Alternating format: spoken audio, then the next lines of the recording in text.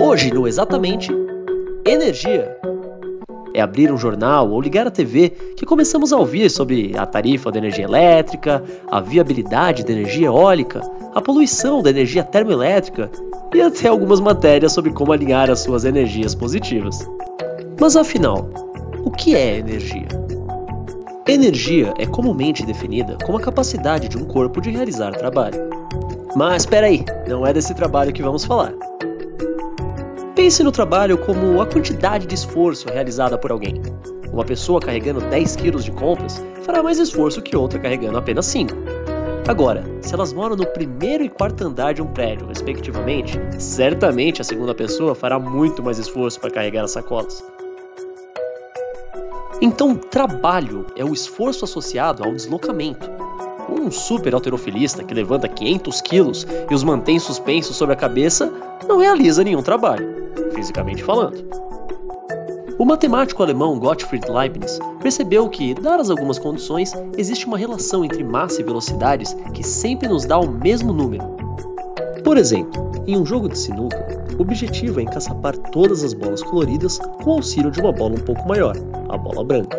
Ao ser lançada contra as demais, toda a energia acumulada na bola branca é distribuída entre as bolas coloridas, que por sua vez saem rolando cada uma em uma trajetória diferente. Essa transferência de forças é calculada pelo método de Leibniz e nos dá um número, que chamamos de energia de movimento ou energia cinética. A variação da energia cinética de um objeto é igual ao trabalho realizado por ele.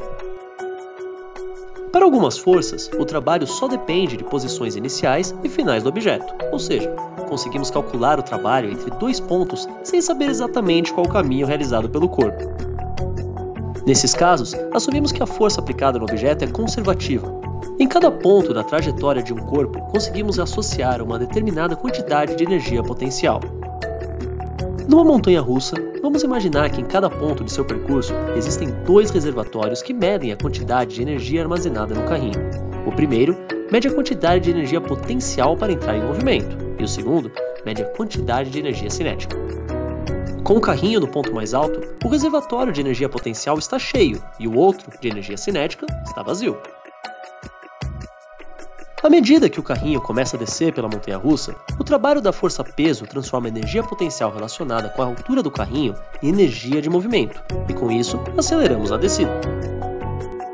Ao chegar no ponto mais baixo da montanha-russa, nosso reservatório de energia potencial está vazio, enquanto o reservatório de energia cinética estará completamente cheio. Podemos não saber ao certo o que ocorre no carrinho ao longo do trajeto, porém, a soma da quantidade de energia potencial e cinética é sempre constante, independente do que acontece com o carrinho. Esse jeito de pensar sobre energia dá ênfase ao movimento, mas podemos pensar de forma muito mais abrangente. A energia também pode ser vista de forma mais básica, como algo que se conserva no tempo. Vamos pedir uma ajudinha para o físico sambista Richard Feynman. Imagine uma criança que tem 28 bloquinhos iguais, indestrutíveis e indivisíveis.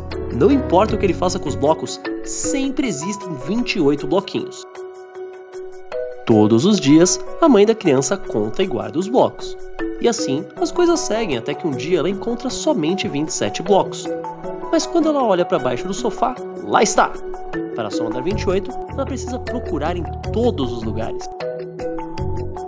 Um dia, esse número parece mudar e tem-se 26 blocos. Uma investigação cuidadosa mostra que as janelas estavam abertas e depois de procurar lá fora, os blocos faltantes foram encontrados. Alguns dias depois, a nova contagem resultou em 30 bloquinhos, mas tudo se explica quando a mãe se recorda que um coleguinha veio brincar com seu filho e trouxe os próprios bloquinhos.